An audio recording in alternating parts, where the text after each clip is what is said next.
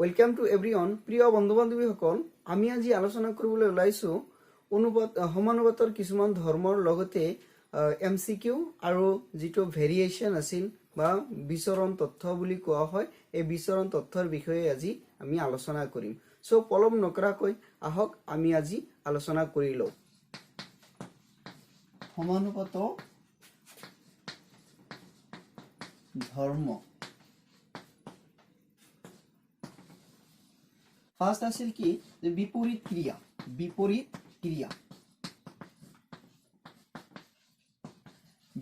ক্রিয়াটো কি বিপরীত ক্রিয়াটো হল যে যদি a is to b এটা সমানুপাতিক হয় বা a is to b is equal to c is to d এটা সমানুপাত হয় তেন্তে ইয়াৰ বিপরীত ক্রিয়াটো কি হ'ব b is to a is equal to c is to d এইটো হ'ব বিপরীত ক্রিয়া। এতিয়া এইটোৰ পৰা এইটো কেনেকৈ আহিল হে লক্ষ্য কৰক যে আমাৰ কি আছিল a is to b is equal to c is to d আছিল বা আমি ইয়াক এনেকৈ লিখিব পাৰো a by b is equal to c by d। এতিয়া আমি কি কৰিম এই ওপৰত কি আছে a ইয়াত c ইয়াতে a ৰে আমি কি কৰিম হৰ লগ উভয়ক কি কৰিম পূৰণ কৰিম হৰণ কৰিম a divided by a ইয়াতে b divided by a আকৌ ইয়াতে c divided by c আৰু ইয়াতে d divided by c তেন্তে ইয়াতে a কেনসেল গৈ ইয়াতে only 1 থাকে ইয়াতে c কেনসেল গৈ only কিমান থাকে 1 থাকে দেন আমি লিখিব পাৰো b by a পাৱাৰ ইয়াতে কিমান আছে 1 অৰ্থাৎ 1 divided by b by a is equal to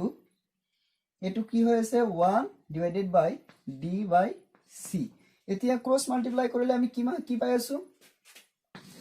cross multiply কৰিলে যদি এনেকা ক্ৰস মাল্টিপ্লাই কৰা হয় বা উল্টাই দিয়া হয় ক্ৰস মাল্টিপ্লাই কৰো ক্ৰস মাল্টিপ্লাই কৰিলে 1 ৰ লগত এখিনি পূৰণ কৰিলে আমি কিমান পাই আছো b by a is equal to এটো লগত এটো মাল্টিপ্লাই কৰি কিমান পাই আছো d by c অর্থাৎ আমার আছিল কিমান a by b আমি পালো b by a c by d আছিল d by c অর্থাৎ এটো b is to a is equal to d is to c এটো হল আমার বিপরীত ক্রিয়া।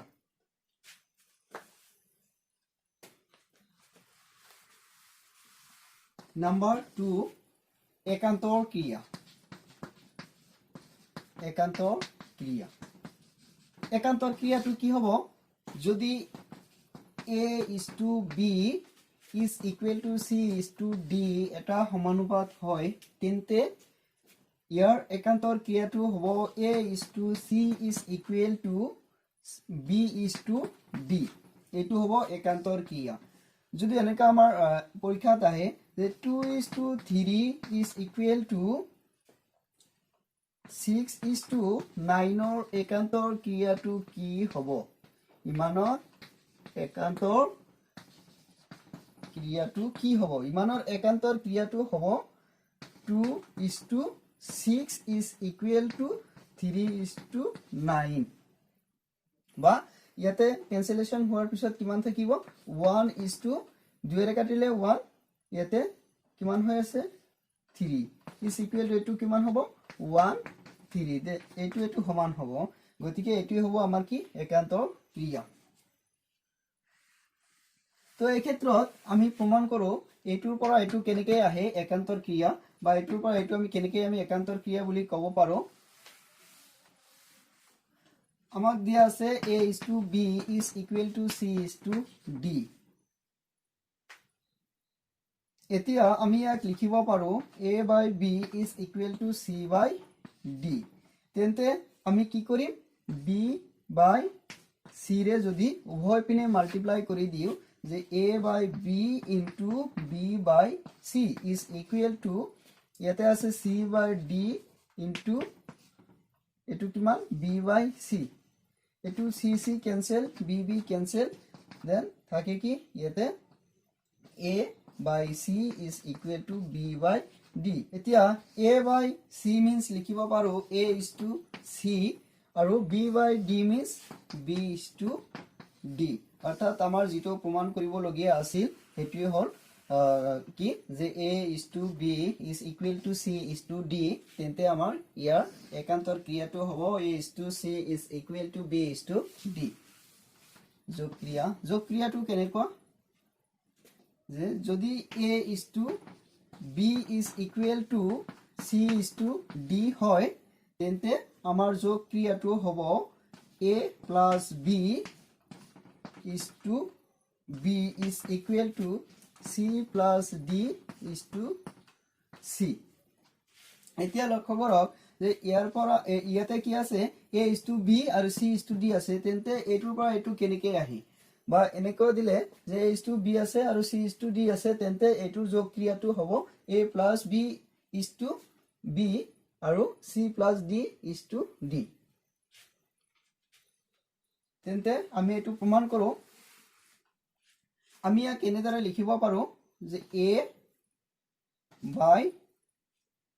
b is equal to c by d এতিয়া আমাৰ যোগ ক্ৰিয়া মতে আমি কি কৰিব লাগিব উভয় পিনে 1 প্লাস কৰিব লাগিব a by b plus 1 এই ফফালেও কি কৰিব লাগিব প্লাস কৰিব লাগিব 1 আমাৰ এটো কোনটো ক্ৰিয়া সমানুপাতৰ ধৰ্ম আছিল কিমান যোগ ক্ৰিয়া তা যোগ ক্ৰিয়া মতে আমি কি কৰিব লাগিব উভয় পিনে 1 যোগ কৰিব লাগিব দেন ইয়াতে যদি এলসিএম লোৱা হয় 1 আৰু b ৰ এলসিএমটো হ'ব b ইয়াতে a প্লাস ইয়াতে 1 ৰ লগত b টো মাল্টিপ্লাই কৰি b পোৱা যাব ইজ ইকুৱেল টু ইয়াতে হৰ হিচাপে 1 আছে গতিকে 1 আৰু d ৰ এলসিএমটো হ'ব d এতিয়া ইয়াতে c প্লাস কিমান হৈ আছে d দেন লিখিব পাৰো a plus b is to কিমান b is equal to c plus d is equal to c plus d is to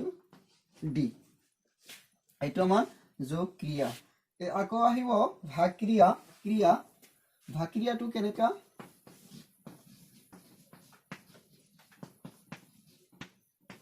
ভাগ ক্ৰিয়া a is to b is equal to c is to d হয় তেন্তে ভাগ ক্ৰিয়া মতে হ'ব a minus b is to b is equal to c minus d is to কি হ'ব d এটো বা এটো কেনেকৈ আহিব আগৰ দৰে আগত যেনেকা যোগ ক্ৰিয়াৰ ক্ষেত্ৰত আমি 1 প্লাস কৰিছো এতিয়া কি কৰিম আমি 1 মাইনাস কৰিম অৰ্থাৎ এটোৰ পৰা এটো প্ৰমাণ কৰিম এতিয়া আমি কেনেকৈ প্ৰমাণ কৰিম সক আমাৰ এটো মানে কি লিখিব পাৰো a by b is equal to c by d এতিয়া আগৰ দৰে আগত কি কৰিছিলো 1 প্লাস কৰিছিলো এতিয়া 1 মাইনাস কৰিম দুয়ো পিনে কি কৰিব লাগিব 1 টো মাইনাস কৰিব লাগিব দেন এলসিএম টো কিমান হ'ব b ইয়াতে a minus b এটো b টো কেনেকৈ আহে যে ইয়াতে হৰটো কিমান আছে 1 তেন্তে 1 আৰু b ৰ এলসিএম টো হৈছে b এতিয়া b 1 যা b that means b 1 লগত পূৰণ কৰি কিমান পোৱা গল b পোৱা গল b ৰ মাজত ডিভাইড কৰিলে কিমান পোৱা যাব 1 পোৱা যাব হে 1 ৰ লগত 1 পূৰণ কৰিলে আমি কিমান পাম a পাম মাইনাস এতিয়া 1 b ৰ মাজত যদি হৰণ কৰা হয় তেন্তে কিমান পোৱা যাব b divided by 1 means এটো কিমান পোৱা যায় b পোৱা যায় অৰ্থাৎ b ৰ লগত 1 পূৰণ কৰিলে এটো পোৱা যায় একে আমি ডাইৰেক্টলি এনেকৈ কৰিব পাৰো যে 1 ৰ লগত b মাল্টিপ্লাই কৰিলে b পোৱা যায় আকৌ এটো ক্ৰস মাল্টিপ্লাই কৰিলে 1 টো ইয়াতে মাল্টিপ্লাই হ'ব a হ'ব b টো ইয়াতে মাল্টিপ্লাই হ'ব b হ'ব as like as a2 d c minus d এতিয়া a2 অনুপাতটো হৈ আছে a minus b is to b is equal to a2 অনুপাতটো হৈ আছে c minus d is to d এটো হল আমাৰ ভাগ ক্ৰিয়া আৰু যোগ ক্ৰিয়াটো হ'ব কি a plus b is to b is equal to c plus d is to d এটো হল যোগ ক্ৰিয়া এটো হল ভাগ ক্ৰিয়া নাম্বাৰ 5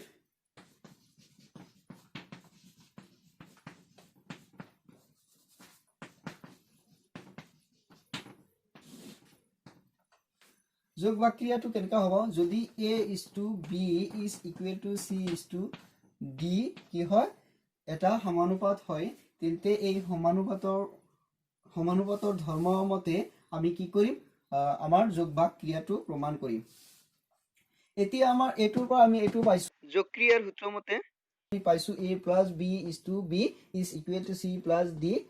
is to d বা ভাগক্ৰিয়াটো আমি কি পাইছো a minus b is to b is equal to c minus d is to d এতিয়া এটো আমি 1 বুলি ধৰিম এটো 2 বুলি ধৰিম বা 1 নং সমীকৰণ আৰু 2 নং সমীকৰণ বুলি ধৰিম এতিয়া এই এটোক আৰু এটোৰে হৰণ কৰিলে কি পোৱা যাব a বা a plus b is to b is equal to আমাৰ এই লেফট হ্যান্ড সাইডৰ খিনিক লেফট হ্যান্ড সাইডেৰে হৰণ হ'ব that means এনেকা হ'ব a minus b is to b is equal to আমাৰ ৰাইট হ্যান্ড সাইডৰ খিনিক ৰাইট হ্যান্ড সাইডৰ টাৰ্মেৰে হৰণ হ'ব c plus d is to কি হ'ব d ইয়াতে c minus d is to d বা আমি কি লিখিব পাৰো এটো মাইনাস b ডাইৰেক্ট ক্যান্সেল দিব পাৰো বা আমি এনেকৈ লিখিব পাৰো a plus b divided by b into এই ডাঙৰ হৰণটো into হৈ গল তেতিয়া ইটো হ'ব যেতিয়া ইয়াৰ তলৰ যেটো হৰ আছিল হৰটো লগ হৈ যায় তেতিয়া হৰণটো কি হৈ যায় পূৰণ হৈ যায় as like as a2 c plus d divided by d into d to ওপৰত উঠি যাব a2 d আৰু c minus d d cancel b cancel এখিনিৰ কাম এই কটাকটি ক্যান্সেলটো আমি ইয়াতে দিব পাৰিলো হয় যেটো ওপৰত আৰু তলত আমাৰ হৰ লবৰ ক্ষেত্ৰত কি আছে is to b is to b is to d same আছে গতিকে আমি কি কৰিব পাৰো ডাইৰেক্ট কাটি দিব পাৰিলো হয় অৰ্থাৎ আমাৰ থাকে কি এখিনি থাকে দেন আমি লিখিব পাৰো a plus b is to a minus b is equal to c plus d is to c minus d এটো লিখিব পাৰো এটো হল আমাৰ যোগ ভাগ ক্ৰিয়া আমাৰ যোগ ভাগ ক্ৰিয়া মতে এই দুটা একেলগে আহিব অৰ্থাৎ a is to b equal to c is to d থাকিলে আমি কি কৰিব পাৰো যে a plus b is to a minus b is equal to c plus d is to c minus d উদাহৰণ হিচাপে যদি এনেকা এটা অংক আহে যে 2 is to 3 is equal to 6 is to 9 হয় তেন্তে আমি কি ইয়াৰ যোগ ভাগ ক্ৰিয়াটো কেনেকা হ'ব 2 plus 3 is to 2 minus 3 is equal to 6 কি হ'ব 6 plus 9 is to 6 minus 9 এনেকা হ'ব বা এখিনি যোগ বিয়োগ কৰিলে যি হয় হ'ব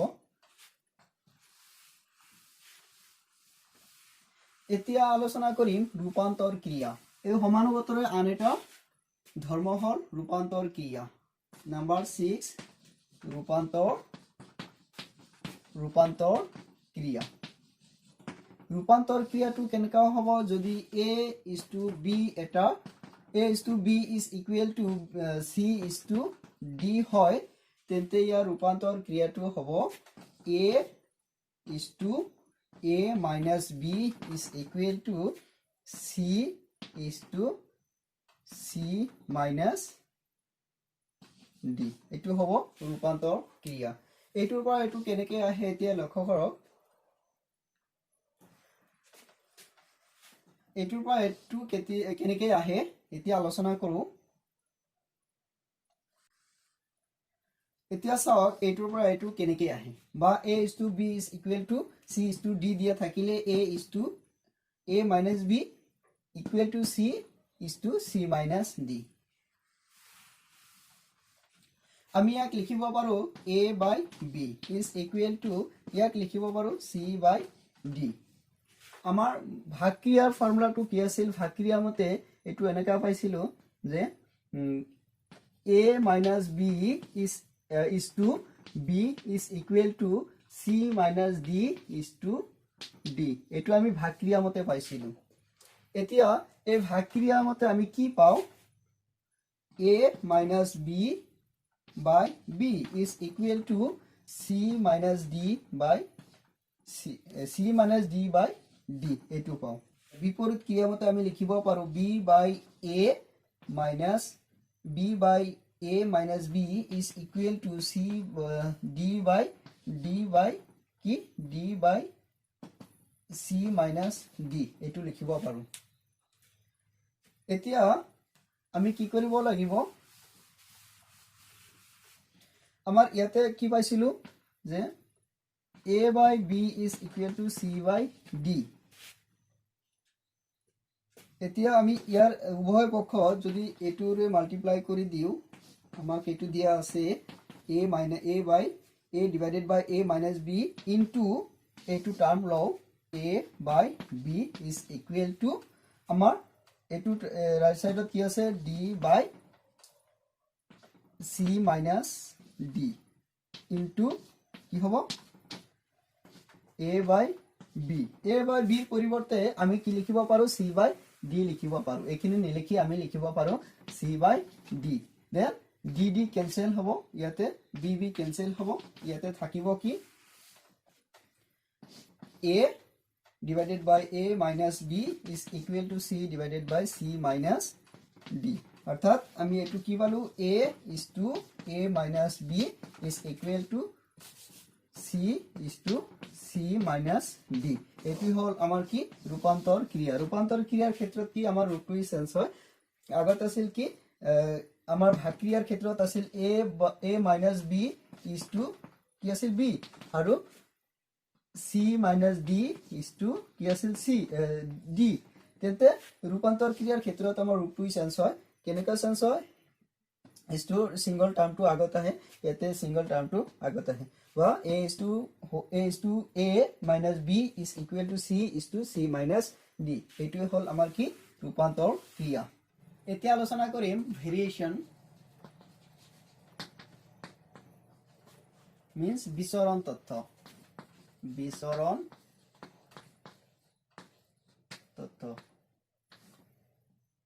বিচৰণ তথ্যটো আকৌ দুই ধৰণে হয় ডাইৰেক্ট ভেৰিয়েশন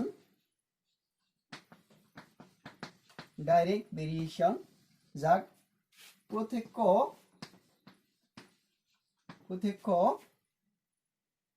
বিচৰণশীল বা বিচৰণ তথ্য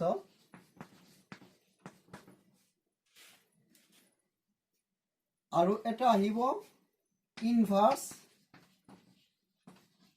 ভেৰিয়েশন পৰোক্ষ বিচৰণশীল বা পৰোক্ষ বিচৰণ তথ্য ফাৰ্স্ট আলোচনা কৰিম প্ৰত্যক্ষ বিচৰণশীল বা প্ৰত্যক্ষ বিচৰণ তথ্য নাম্বাৰ 1 টু কি প্ৰত্যক্ষ বিচৰণ তথ্য এই ক্ষেত্ৰত x আৰু y দুটা চলক বা x আৰু y দুটা যিকোনো ৰাখি তেন্তে x ৰ মানৰ পৰিৱৰ্তনৰ লগে লগে y ৰ মানৰ পৰিৱৰ্তন প্ৰত্যক্ষভাৱে অৰ্থাৎ ডাইৰেক্টলি হ'ব এই ক্ষেত্ৰত y কি কোৱা হ'ব x প্ৰত্যক্ষ বিচৰণশীল বুলি কোৱা হ'ব কি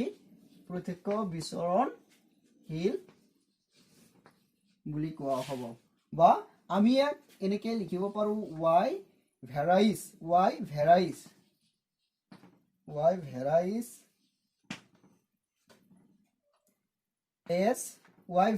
as x বুলি লিখিব পাৰো আমি এক এনেদৰে লিখিব পাৰো y is proportional to x বা y is equal to k into x যেতিয়া এই proportional a sign to উঠাই দিয়া হয় ৰিমুভ কৰা হয় তেতিয়া ইয়াতে এটা x ৰ লগত k এটা কনস্ট্যান্ট হিচাপে আহে অৰ্থাৎ y is equal to kx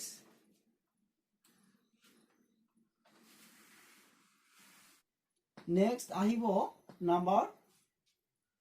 2 পৰোক্ষ বিচৰণশীল বা ইনভাৰ্স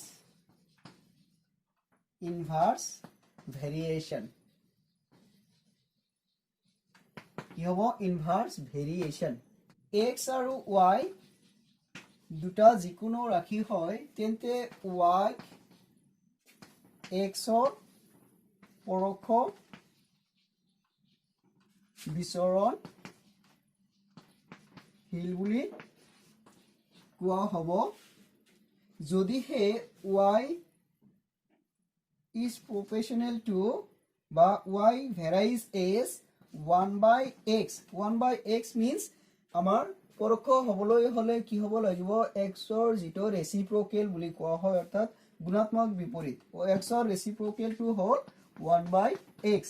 x ৰ ৰেচিপ্ৰকেল 1/x বা x ৰ গুণাত্মক বিপৰীতটো হ'ব 1/x তেন্তে y x ৰ পৰোক্ষ বিচৰণশীল বুলি কোৱা হ'ব যদি এনেকা হয় y varies as 1/x বা ইয়াত আমি এনেদৰে লিখিব পাৰো যদি এটো ৰিমুভ কৰি দিয়া হয় তেন্তে y is equal to k into 1/x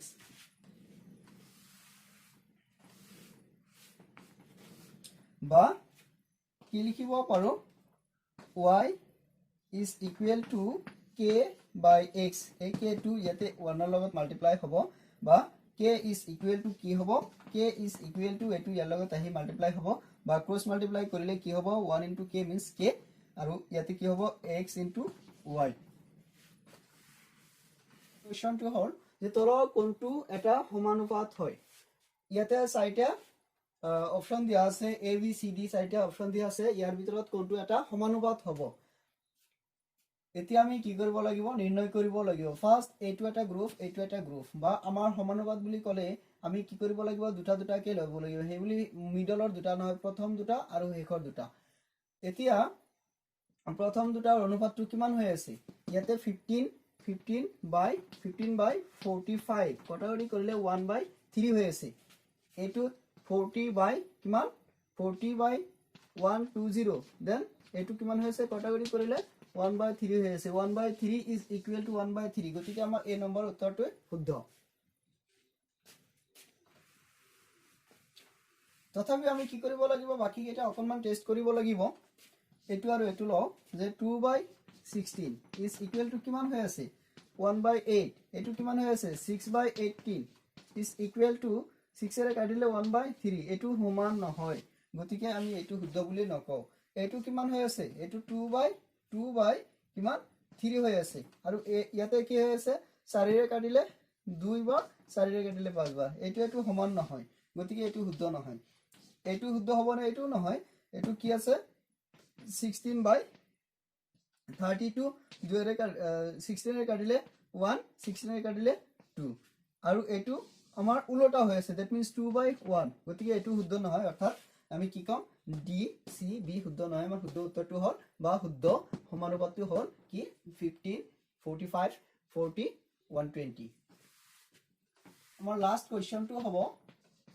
বা লাষ্ট এমসিকিউ টো হ'ব তলৰ কোনটো শুদ্ধ তলৰ কোনটো অনুপাত শুদ্ধ number A 1:2 is greater than 2:1 number B 3:2 is greater than 3:4 number C 4:2 is less than 2:5 number D 3:5 less than 2:5 তলৰ কোনটো শুদ্ধ হয় আমাৰ ইয়াতে চাৰিটা অনুপাত দিয়া আছে এটো এটা অনুপাত প্ৰত্যেকটো একোটা অনুপাত হয় ইয়াৰ ভিতৰত কোনটো শুদ্ধ বা আমাৰ এ নম্বৰ শুদ্ধ হ'ব নে বি নে সি নে ডি কোনটো শুদ্ধ হ'ব হেতু আমি উলিয়াব লাগিব সো এই কোৱেশ্চনটো আপোনালোকে উত্তৰটো দিব লাগিব ইয়াৰ এটো একদম ইজি বহুত ইজি কোৱেশ্চন হয় মই আশা কৰো আপোনালোকে এটো মানে অতি সহজে উলিয়াব পাৰিবা সো এই কোৱেশ্চনটোৰ উত্তৰটো উলিয়াই আপোনালোকে কমেন্টছৰ সহায়ত আমাক জনাই দিব সো আজিৰ কাৰণে ইমানতে মই আশা কৰো আপোনালোকে আজিৰ এই ক্লাসটো বহুত ধুনিয়াকৈ বুজি পাইছে যদি বুজিবলগীয়া কোনো কোৱেশ্চন আছে প্লিজ আমাক কমেন্টছ কৰি জনাব ভিডিওটো ভাল লাগিলে প্লিজ লাইক কৰিব আৰু আপোনাৰ বন্ধু বৰ্গলৈ শেয়াৰ কৰিব আপুনি যদি আমাৰ এইটো চেনেলত নতুন সোমাইছে প্লিজ সাবস্ক্ৰাইব কৰিব thank you so much thanks for watching this video